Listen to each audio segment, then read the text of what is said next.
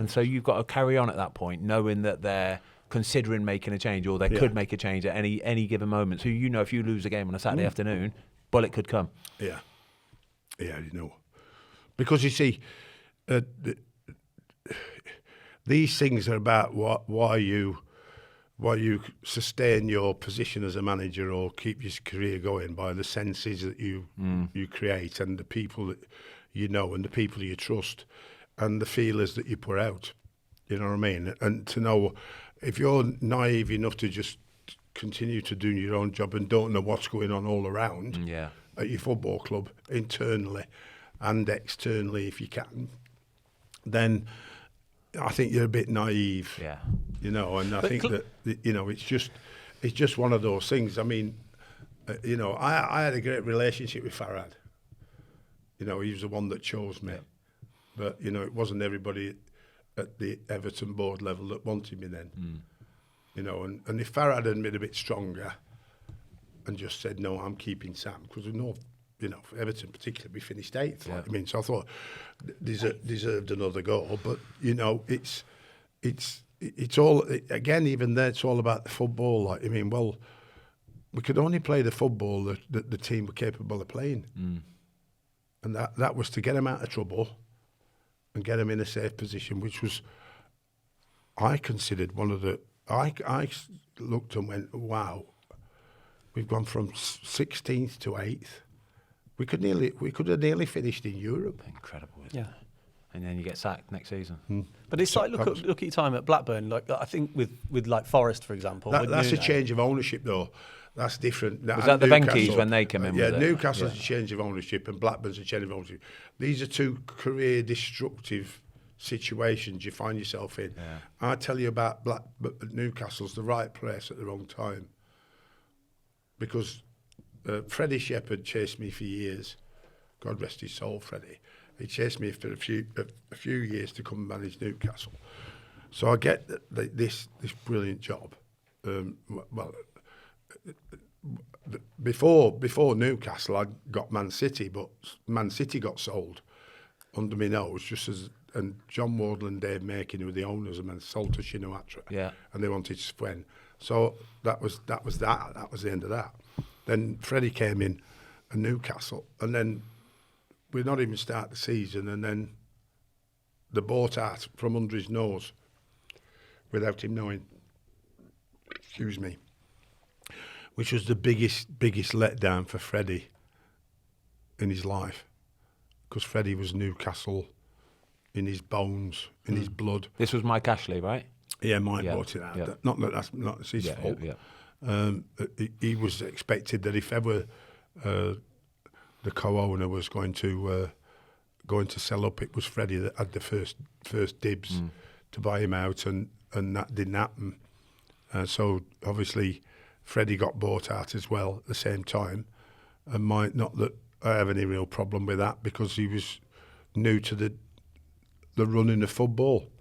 So we were fighting against the grain all the time, because the money wasn't there to invest that was promised under Freddie, but not Mike. Yeah. He's paid, I don't know what he paid. Seems not that much now or something. I don't know, 80, 90, 100 million at the time. It was a lot then. It doesn't seem that much these days, does it? You know what I mean? But Mike had to find his way, and of course I was a casualty of that, because somebody was in his ear about, you got to get somebody else, and you move on. Blackburn was exactly the same, which I thought was a great shame, because we were always going to be in the Premier League. In my opinion, the way that Blackburn worked, you know what I mean? Because there were John Williams. The Blackburn setup was different.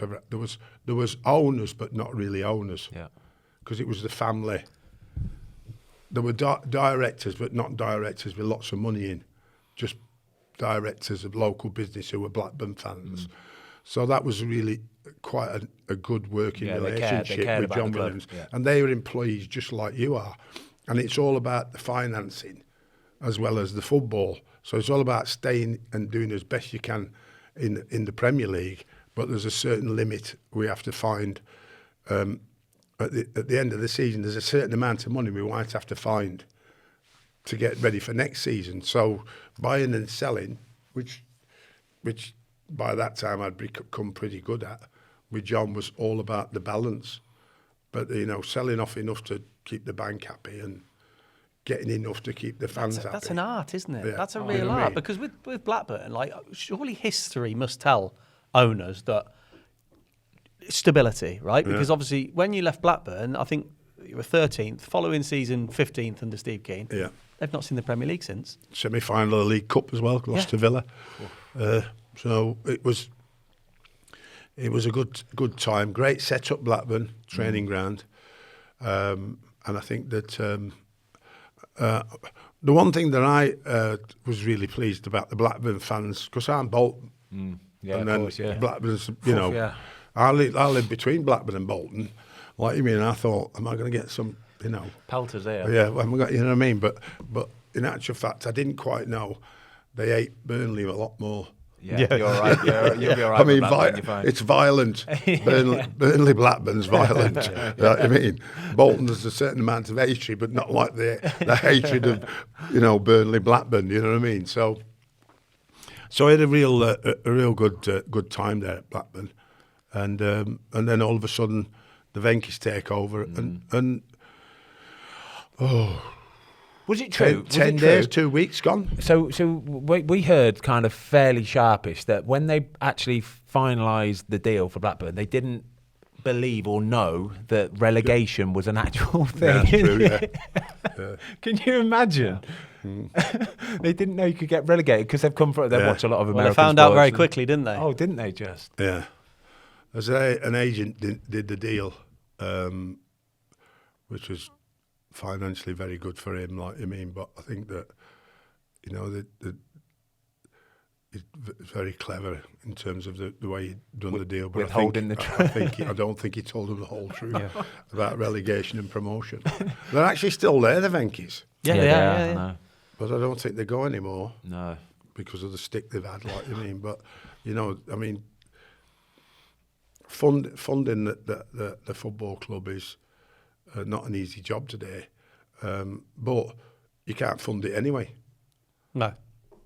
Not allowed anymore. I've been going about this for probably a year or two now. Probably the worst rule ever in football is the financial fair play. PSR. I mean, how can you not invest in your own business if you're a multi-millionaire and you want to invest it? It's not about being fair. It's about looking after the people who work in your football club being the best at what they can do to get the best out of what you've got and what you can and cannot spend. And you can, and if you get the right infrastructure and the right relationship between you and the board or you and the executives, means that if that relationship is good, you'll forge success in the end. Yeah. Whether it's enough success for whoever's watching or the fans particularly, or that's a difficult matter. But you can punch above your weight for quite a while if you get the processes right on thinking forward.